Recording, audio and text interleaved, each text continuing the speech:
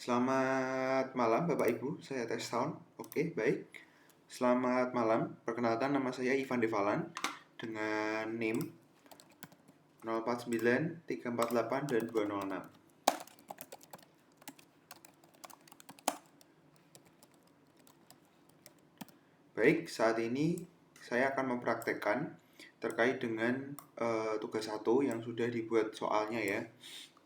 Jadi Bapak Ibu sudah membuat soalnya, bahwa intinya sesuai dengan panduan yang diberikan, saya akan mempraktekkan sniffing menggunakan Wireshark dan serangan-serangan terhadap sistem server, yaitu praktikum cracking password. Baik, uh, perkenalan sudah saya lakukan. Kedua, langkah-langkah praktik disertai kegiatan mahasiswa. Nanti ada hasil analisa praktik yang telah dilakukan dan kata-kata penutup dari mahasiswa. Baik, untuk langkah praktik yang pertama adalah kita kembali ke panduan, bahwa ini panduannya. Intinya ada 2 case OS, satu sebagai telnet server dan telnet client. Nah, di sini panduannya adalah bahwa Wireshark-nya harus diinstal di harus di telnet client-nya kan, salah satu case OS, entah server maupun client. Cuman realnya sniffing itu tidak di server ataupun client, tapi ada di PC ketiga. Ada di saya misalnya bertindak sebagai di tengah-tengah dua PC ini sniffing. Jadi saya mencium sesuatu atau mengendus sesuatu dari koneksi antara klien dan server ini. Nah, praktek yang saya lakukan, saya izin modifikasi sedikit, yaitu adalah saya terhubung di tengah-tengahnya ini. Saya mengendus apa yang terjadi antara klien dan server ini. Baik, untuk praktikumnya, pertama adalah saya buka di VMware saya ada Linux Mint sebagai telnet client, saya ada Mikrotix yaitu router sebagai telnet server, karena saya mencari yang mudah ya, saya gunakan router saja karena dia bisa langsung di telnet. Nah, baik, laptop ini bertindak, yang saat ini saya pakai bertindak sebagai sniffernya. Jadi saya gunakan untuk sniffing. Jadi saya install Wireshark-nya di laptop saya. Nah, kita buka Wireshark-nya. Nah, baik. Jadi untuk koneksi tiga device ini, Linux Mint sebagai telnet client, Mikrotix sebagai telnet server, dan laptop ini terhubung di VMnet nomor 1. Sebentar. Nah, ini VMware Network Adapter VMnet 1. Saya coba buka dulu. Nah, ini masih kosong. Nah, selanjutnya kalau kita mau coba kita buka adalah telnet. Sebentar. Telnet. Kita buka IP-nya dulu. Mikrotik IP-nya adalah 192.168.11.129. 192.168.11.129. Kita coba telnet. Nah, dia masuk minta login. Loginnya adalah admin, passwordnya adalah nama saya. Baik, sudah masuk ya. Jadi kita sudah masuk ke dalam si Mikrotiknya ini. Nah, apa yang tercium di Wireshark-nya? Nah, ini muncul tadi kan kosong ya. Sekarang muncul ada beberapa log. Saya stop dulu untuk capturing packetnya. Nah, kita analisa dulu apa yang kira-kira terjadi. Nah, di sini ada traffic telnet ternyata. Ada traffic telnet, yaitu nih ada do terminal type. Dia menyesuaikan ya. Jadi di 12 kan ada ini nih request dari 130. 130 itu apa? Dia adalah IP-nya si Linux Mint ini. Ini kalau saya coba quit, kita buka IP address. IP-nya adalah 11.130. Nah, ini IP-nya si telnet client. Nah, kita balik ke Wireshark-nya. Jadi dari 130 ada traffic TCP ke 129. Nah, dia ada permintaan, lalu ada penjawab dari si routernya di telnet servernya adalah ada protokol telnet ada do terminal type, speed, dan display location. Ini inisialisasi. Selanjutnya, nah ini ada negosiasi terkait apakah enkripsi atau apakah dienkripsi ataukah bagaimana. Terminal type-nya seperti apa. Nah, ini ada kesepakatan. Jadi akhirnya kesepakatannya adalah tidak akan dienkripsi karena ini telnet port 23 ya. Tidak dienkripsi, langsung aja. Tidak negosiasi tentang window si telnetnya ya. Nah, lanjut. Nah, ini will echo do echo ini will echo do echo itu jadi ketika kita ketik, misalnya kita ketik di suatu terminal, misalnya adalah WMI. Nah, misalnya gitu. Ketika kita ketik W itu dikirimkan ke server. Nah, tapi kan di monitor kita kan juga muncul W kan. Nah, itulah will echo do echo itu seperti itu. Jadi yang kita kirimkan ke server mengembalikan ke telnet client sebagai dalam bentuk munculnya tulisan kita juga. Nah, begitu. Kita lanjut. Nah, untuk telnet yang lain ini kemungkinan besar adalah ketika ada pengiriman data, ketika kita ngetik dan lain sebagainya. Kalau ada yang besar-besar biasanya tuh, nah ada yang ini besar-besar datanya, misalnya ada data yang kelihatan besar gitu, itu kemungkinan si telnet servernya sedang mengirimkan seperti MOTD gitu. Jadi ini kan tadi saya login, nah dia kan ngirim mikrotik nih besar, itu value-nya besar. Jadi kita bisa track dari situ. Ada kemungkinan di situ. Nah, kalau ada yang packetnya byte-nya besar sekali. Ini kan ada yang byte-nya kecil, ada yang byte-nya besar, kayak gitu ya. Seperti itu. Lalu kalau kita mau lihat berbahayanya seperti apa sniffing kalau kita pakai telnet, adalah misalnya di salah satu aja di telnet ini kita klik kanan, lalu kita misalnya follow TCP streamnya. Nah, ini yang lumayan berbahaya.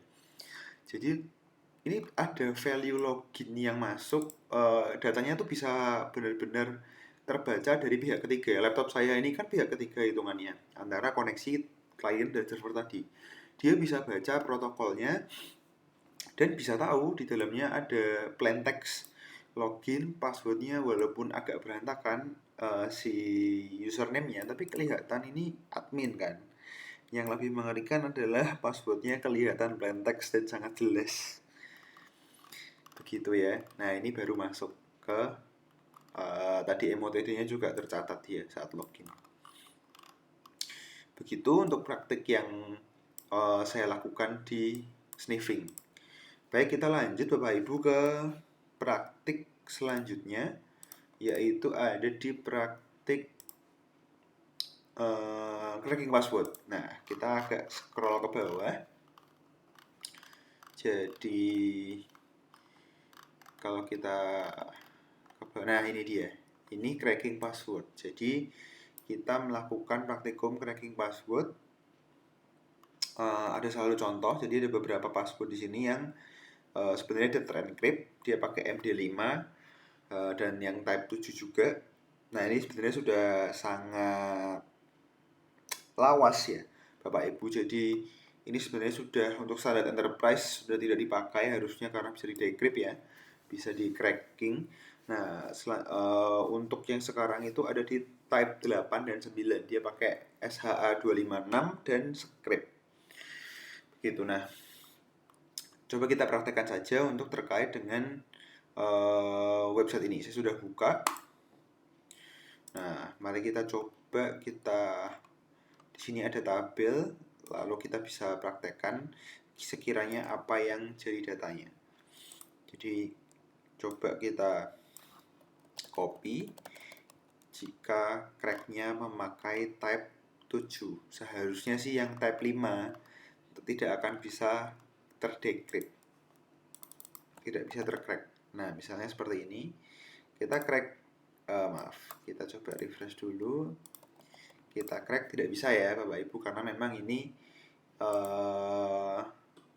type 7. Nah, coba kita pakai yang ini, passwordnya yang type 7 misalnya.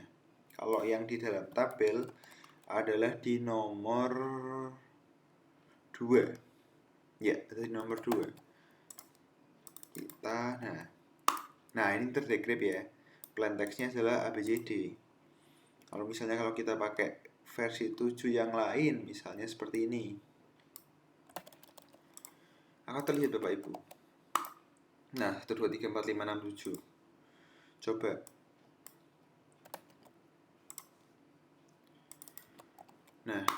Nah, kelihatan password dengan @ di tengah-tengah ya, ada dan angka 0. Nah, ini sekarang sudah sangat tidak aman karena bisa di cracking seperti itu. Nah, selanjutnya bagaimana kalau yang dengan versi type 5? Ini kan type 7 ya. Di bawah ini ada praktek terkait dengan type 5. Jadi di decryptnya sesuai dengan encryptnya ya. Jadi tidak bisa ketika di encrypt dengan type 5 tapi di decrypt dengan type 7 tidak mungkin. Jadi harus sesuai dengan encryptnya dengan type apa. Nah, kalau kita coba coba kita buka dulu, di copy, kita buka di link yang kita copy link address.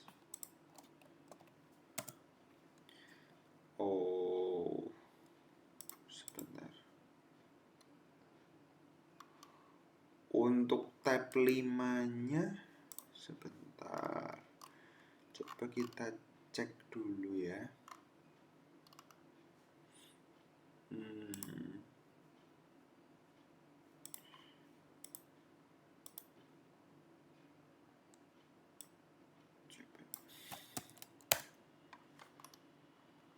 Saya kurang tahu ya Bapak Ibu karena yang tab 5-nya tidak bisa dibuka sepertinya ya.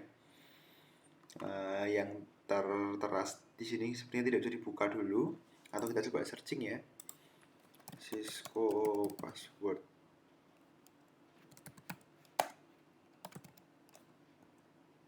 cracker tab 5. Nah, bahkan Cisco sendiri ada decrypt tab 5 passwordnya ya. Enggak, ini cuma informasi ya. Jadi kita bisa coba tadi dari IFM ini.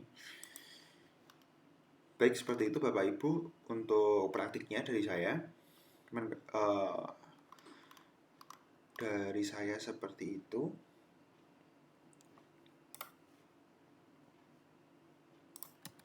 Baik Bapak Ibu, saya lanjut lagi terkait dengan tadi kan sudah di cracking password 1. Sekarang ada di cracking password kedua, cracking password 2 ya.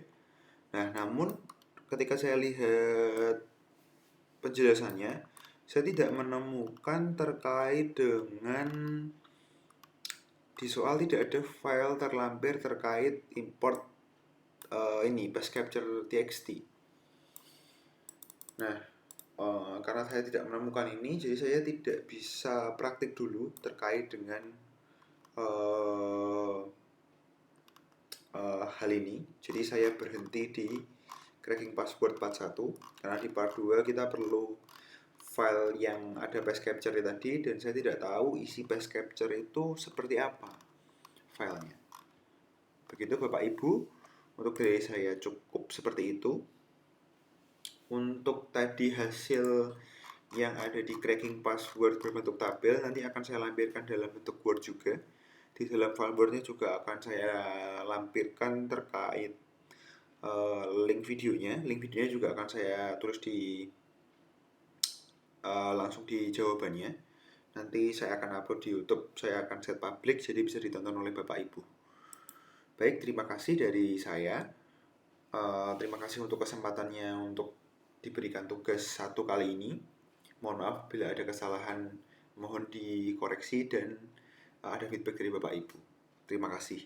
Selamat malam.